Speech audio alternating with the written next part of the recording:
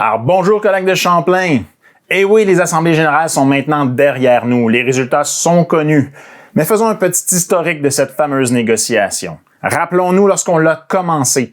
Alors, les surplus budgétaires étaient importants. Un gouvernement caquiste avec des promesses plein de panier pour faire de l'éducation sa priorité. L'opinion publique était derrière nous. Tout était en place pour avoir une négociation qui allait mettre l'éducation en plein dans les priorités. 13 mars 2020, bang, la pandémie nous frappe de plein fouet. Qu'est-ce qui se passe? Les surplus fondent comme neige au soleil. Ensuite, le réseau de l'éducation, ses grandes difficultés sont mises en lumière. La pénurie de personnel est accentuée.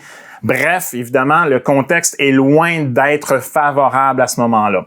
Ceci étant dit, on a quand même réussi avec ces négociations-là de mettre certains enjeux sur la table et de régler certaines problématiques. Les a-t-on tous réglés?